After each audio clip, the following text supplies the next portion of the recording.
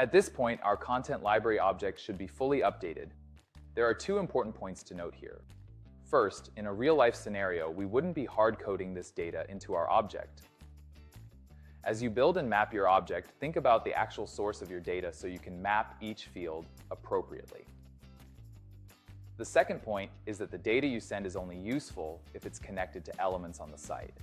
If you're sending content to the library but haven't connected that data to anything on the site, it may be stored, but it won't display. So before sending content, make sure it's already connected to the appropriate elements in your site design. In this lesson, we'll use the API shown on screen to send our updated object back and update the site's content library.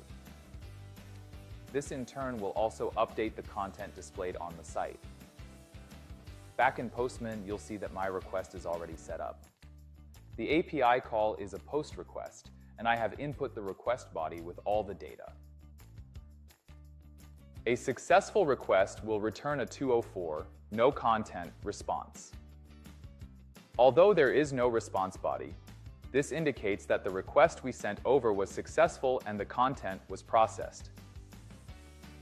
Now, once I refresh the site, we should see all the content that was sent via the API.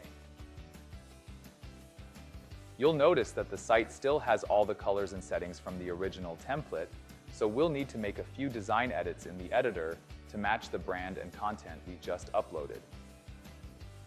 You'll also notice that our FAQ section is still referencing a collection from the original template. In the next lesson, we'll cover the API call we need to make to update any collections on the site.